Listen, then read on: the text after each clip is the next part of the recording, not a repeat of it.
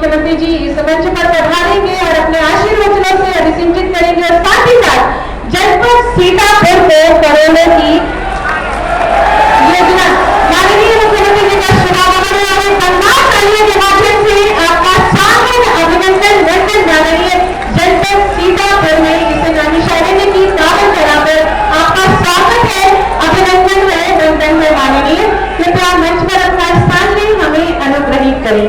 अतिथि देवो भव की परंपरा का निर्वहन करते हुए मैं माननीय प्रभारी मंत्री माननीय श्री मयंकेश्वर शरण जी से ये सभी बीमारियां आज समाप्ति की ओर जा रही है, लोग स्वस्थ रह रहे हैं और सबके बावजूद अन्य सभी बीमारियों के उपचार के लिए भी प्रधानमंत्री जी ने देश के लोगों को आयुष्मान भारत की सौगात दी है। आयुष्मान भारत में हर गरीब परिवार को 5 लाख रुपए की स्वास्थ्य बीमा का कवर, ये 5 लाख रुपए का स्वास्थ्य बीमा का कवर व्यक्ति के लिए जीवन दान है।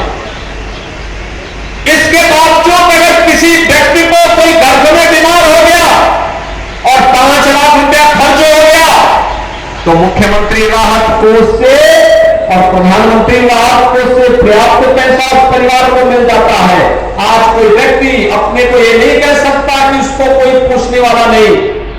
हर स्तर पर सहयोग करने को ये डबल इंजन की सरकार है और डबल इंजन की सरकार का लाभ कैसे मिला है, इसका लाभ तो हम लोगों ने सीतापुर में आकर के देखा। सीतापुर में अकेले प्रधानमंत्री आवास योजना में 2,34,800 से अधिक परिवारों को एक मकान मिला है।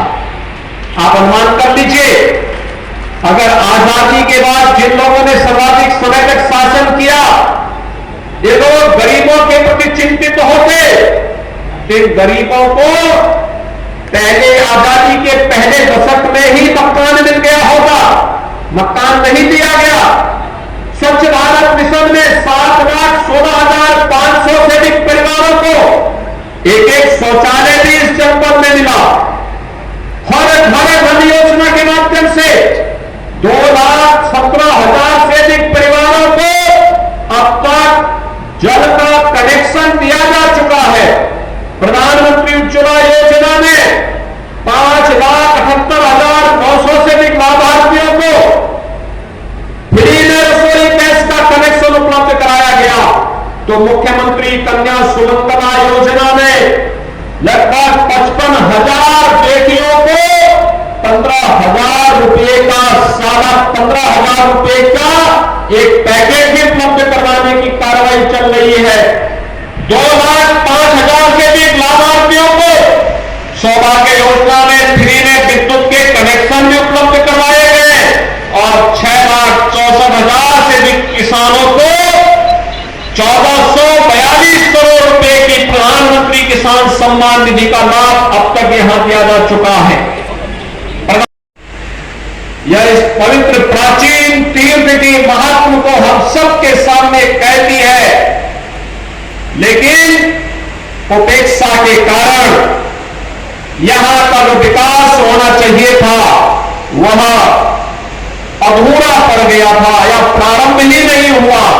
जैसे तैसे यह तीर्थ चल रहा था, लेकिन भाइयों बहनों, आप सबने आशीर्वाद दिया, हमारे माननीय सांसद विधायकों ने प्रयास किया।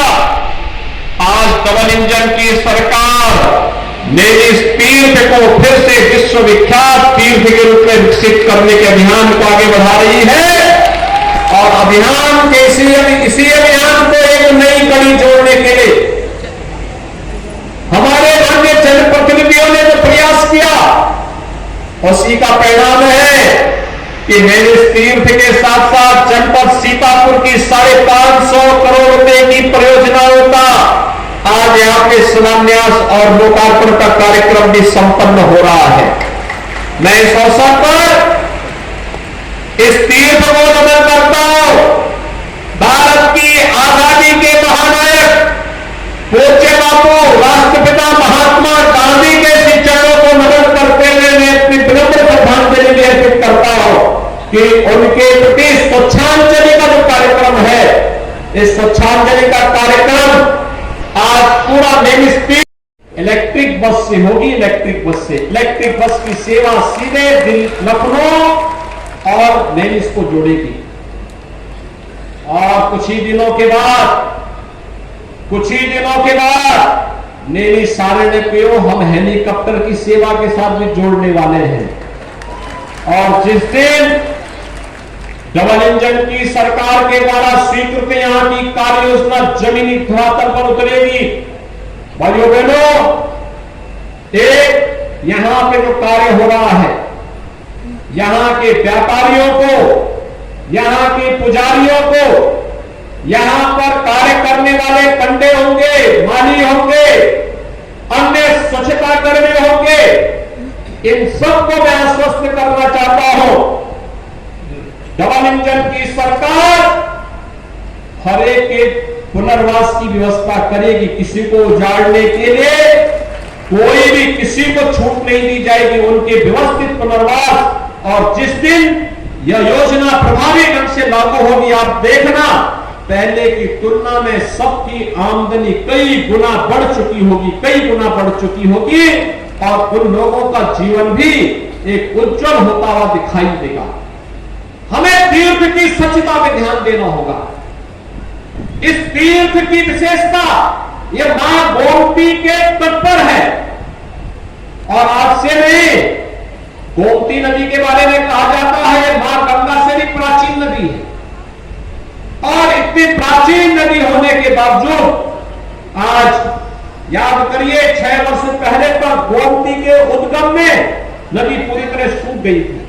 बाद में जब वहां कार्य प्रारंभ हुआ, श्रमदान किया लोगों ने, आज नदी अपने उद्गम से ही प्रारंभ होकर के आगे बढ़ चुकी है। और हमारा दायित्व होना चाहिए, अगर हम अपने घर को स्वच्छ रखते हैं, स्वच्छ कपड़ा पहनते हैं, तो हमारा दायित्व होता है अपने तीर्थों को भी स्वच्छ और सुंदर बनाए रखें।